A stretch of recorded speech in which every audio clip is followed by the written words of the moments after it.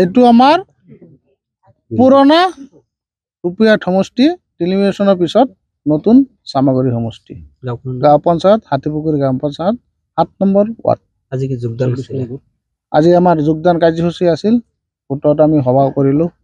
হিলদুল ভাঙি ৰাইজ ওলাই আহিছে। আপোনালোকে জানে আমাৰ মাইনৰিটি সম্প্ৰদায়ৰ মানুহ, আমাৰ মাইনৰিটি বন্ধুসকল হিলদুল ভাঙি ওলাই আহিছে। চবেই এটা কথাই কৈ আছে, তাত ৰকিবুল হুছেইনক বিদায় দিছে, আমি ইয়াৰ পৰা নুৰুল হুদাক বিদায় দিম এইবাৰ। আৰু সন্মুখত যে পঞ্চায়ত নিৰ্বাচন আহি আছে, এই নিৰ্বাচনত এই হাতীপুখুৰী অঞ্চলৰ ৰাইজে প্ৰতিজ্ঞাবদ্ধ হৈছে।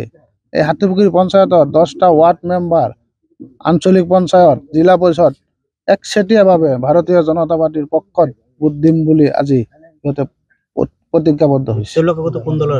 তেওঁলোক আগত কংগ্ৰেছ দলৰে মানুহ আছিল।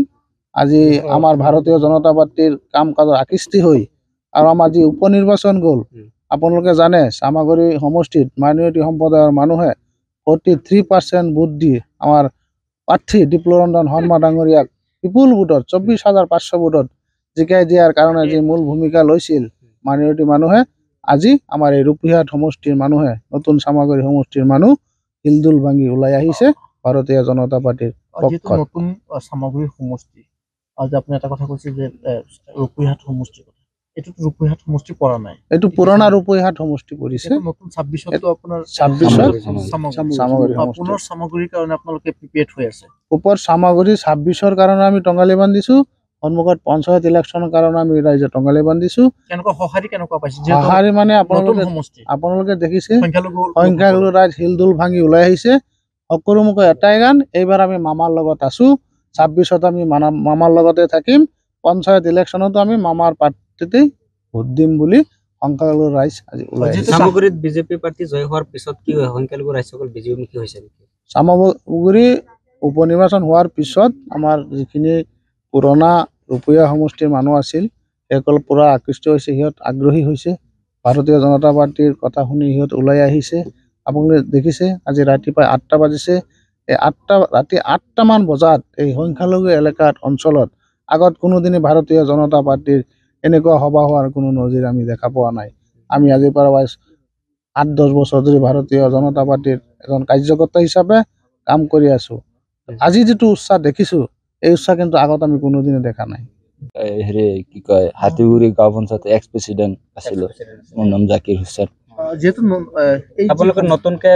নতুনকৈ ধৰি লওক, নতুনকৈ হয়। আগেতো ৰূপীত আছিল সমষ্টি, এতিয়াতো চামাগুৰিত পৰিছে। গতিকে আপোনালোকৰ সংখ্যালঘু মানুহ বিজেপিমুখী হৈ আছে? হৈ আছে। এই চামাগুৰিত আপোনাৰ জয়ৰ পিছতে এতিয়া আমাৰ মানুহখিনি আহি আছে। আগতে কাহানিও দেখা নাই এনেকুৱা মানুহ। বিজেপিত এই জেগা হেৰিয়েই নাই মিটিং। আজিতো বহুত মানুহ হৈছে। ৰাতি 8টা বাজিছে। 26 চনৰ যি নিৰ্বাচন আহি আছে, নিৰ্বাচনত যেন বিজেপিৰ এটা ভাল ফলাফল দেখুৱাব, ভাল একদম। মানে ইয়াতো আমাৰ বিজেপিৰ MLA আহিব। নতুন সমষ্টিত বিজেপি হয়, একটু খাটাং। অভিনয় কৰাৰ হেঁপাহ আপুনি পুহি ৰাখিছে নেকি? আপোনাৰ অভিনয় কৰাৰ অভিজ্ঞতা নাই? কোনো কথা নাই, আপোনাৰ বাবে আহিছে সোণালী সুযোগ। 29 ছেপ্টেম্বৰত দিনৰ 9 বজাৰ পৰা নিশা 8 বজালৈ বলিউড তথা হলিউডৰ চিনেমাৰ বাবে অডিশ্যন হবলৈ গৈ আছে গুৱাহাটীৰ কাহিলীপাৰাস্থিত জ্যোতি চিত্ৰবনত। 5 বছৰ বয়সৰ পৰা 17 বছৰ ব্যক্তিয়ে কৰিব পাৰিব অংশগ্ৰহণ।